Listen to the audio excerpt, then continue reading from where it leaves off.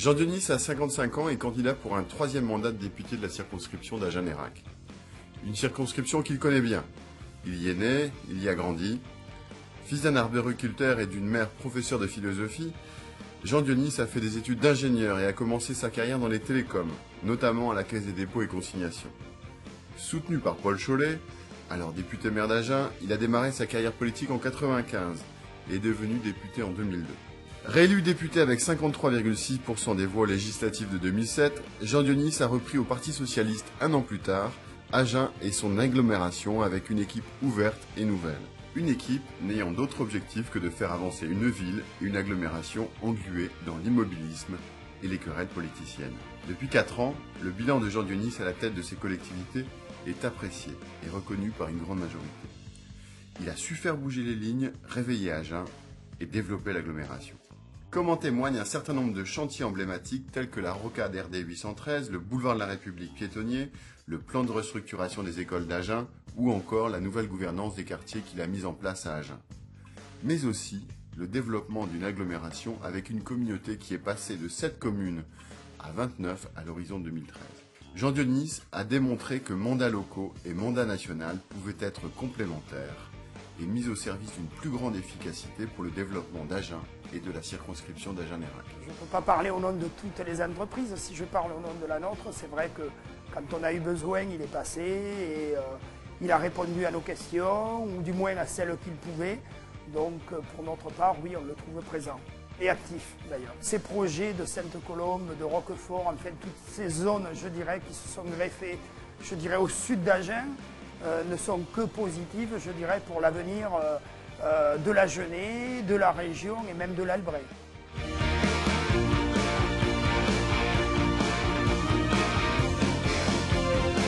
Acquis aux préoccupations environnementales sans pour autant céder aux penchants les plus radicaux, Jean Dionis a défendu pendant le débat sur le Grenelle de l'environnement les intérêts des acteurs économiques d'Agen-Nérac avec la volonté de réconcilier agriculture et écologie. Jean a été un acteur très engagé sur le photovoltaïque, un des parlementaires, je pense, les plus engagés. Et il a notamment organisé une audition à l'Assemblée qui a été, je pense, déterminante.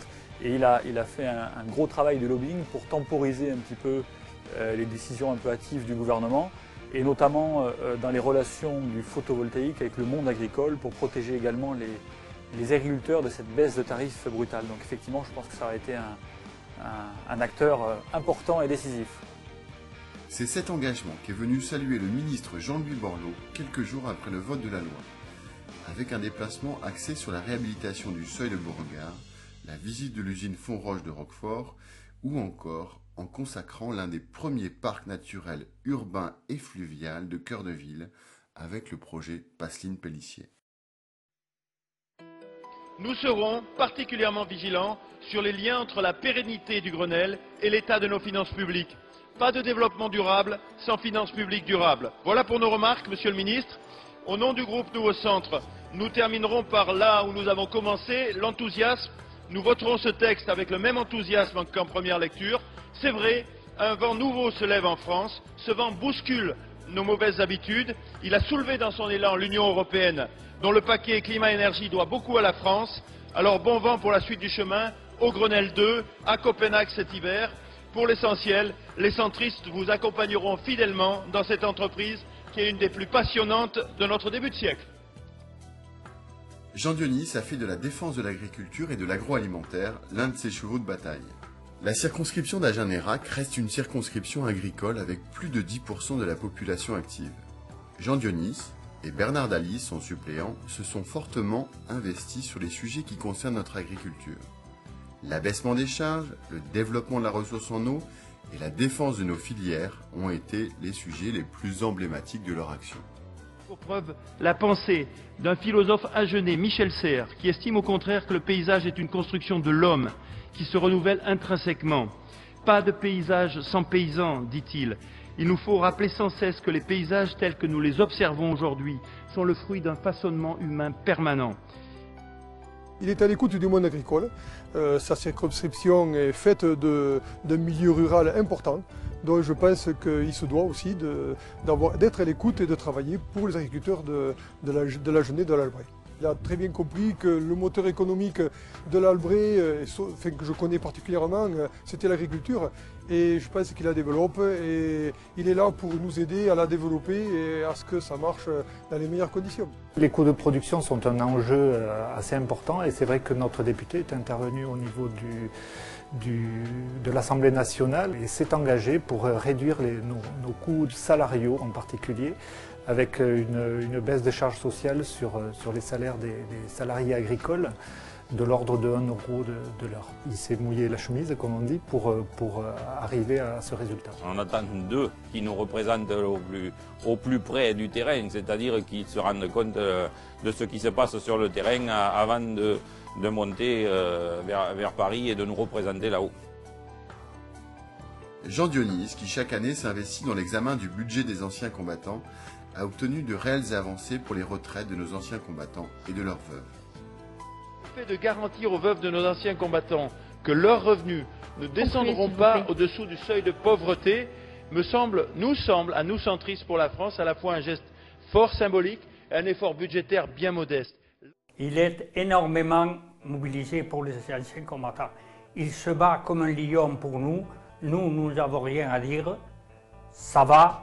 Qu'il continue comme ça et ça ira bien. En outre, c'est en tant que maire d'Agen que Jean Dionis a permis avec Jacques Ollon, ancien conseiller général et ancien chirurgien en Indochine, aujourd'hui décédé, que soit érigé à Agen un mémorial en l'hommage des victimes de cette guerre.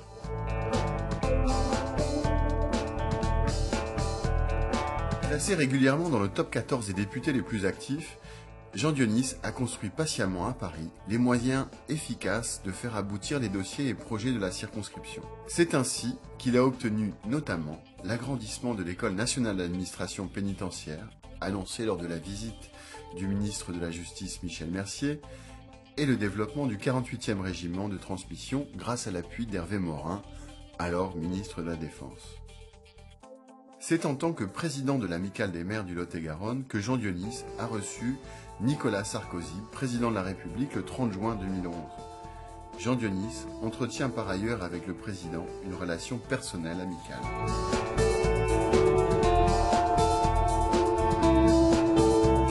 Jean Dionis a toujours fait montre de son indépendance et de son libre arbitre, tout en appartenant à la majorité présidentielle et en soutenant ainsi le gouvernement. Soucieux de ne pas être comme beaucoup un député godillot, Jean Dionis a fait valoir des positions souvent différentes et ainsi pu faire évoluer à l'Assemblée nationale certains projets de loi. Le gouvernement a pris une décision un petit peu dans l'urgence, un peu hâtive. Je pense qu'on s'était fait déborder par effectivement quand même une bulle spéculative. Jean a essayé de travailler pour ne pas tuer l'industrie française. Le but était de casser cette spéculation sans tuer les industriels français qui créent des emplois. Jean Dionis a pris des positions parlementaires fortes en élaborant 2 propositions de loi. La première sur la baisse des charges sur le travail permanent dans l'agriculture qui a abouti à une baisse de 25% de ces charges au 1er janvier 2012. La seconde sur l'amélioration de la prévention du surendettement, véritable fléau social par la mise en œuvre d'un répertoire national qui sera examiné fin janvier 2012. Spécialisé sur les nouvelles technologies, tant à l'Assemblée nationale qu'au sein des instances dirigeantes de l'AMF, le combat de Jean Dionis contre la loi Hadopi aura été l'un des sujets les plus importants de dissension avec le gouvernement. Il en fut de même sur les lois sur la sécurité intérieure ou encore la loi d'orientation sur l'agriculture, pour lesquelles Jean Dionis s'est abstenu ou a voté contre. Vouloir à tout prix cette sanction dont nous avons pendant des heures, et avec tant d'autres, sur tous les bancs de l'Assemblée, démontré les inconvénients techniques, financiers, juridiques, symboliques, conduira à une nouvelle impasse. Et aujourd'hui, au bout de ce parcours chaotique, je me pose une seule question simple, pourquoi ? Pourquoi cette obstination à mettre au cœur de ce dispositif qui a profondément divisé le pays et qui, je le pense, condamnera inévitablement Hadopi à l'inefficacité ? Confier aux juges le traitement de ce délit de masse vous conduit à nouveau dans l'impasse.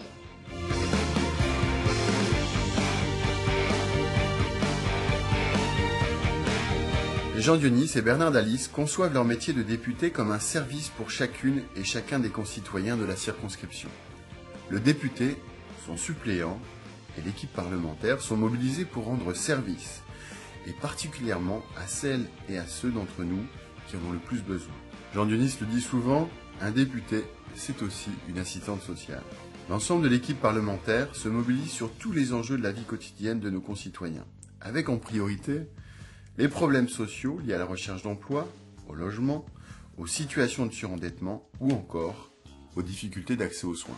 5 jours par semaine sur la circonscription, Jean Dionis rencontre un très grand nombre de personnes à sa permanence parlementaire à Agen, à Nérac un vendredi par mois ou encore à la mairie. Jean Dionis a à cœur d'aider chacune des personnes qui le sollicitent. Jean Dionis, il est franc, il est droit, il est sincère, il est peut-être un peu têtu. Les 10 et 17 juin, donnons à notre circonscription d'Agen-Nérac un député travailleur, efficace et honnête. Les 10 et 17 juin, mobilisons-nous, votons et faisons voter pour un député à l'écoute, travailleur, honnête et investi. Votons Jean Dionis et Bernard Dallis.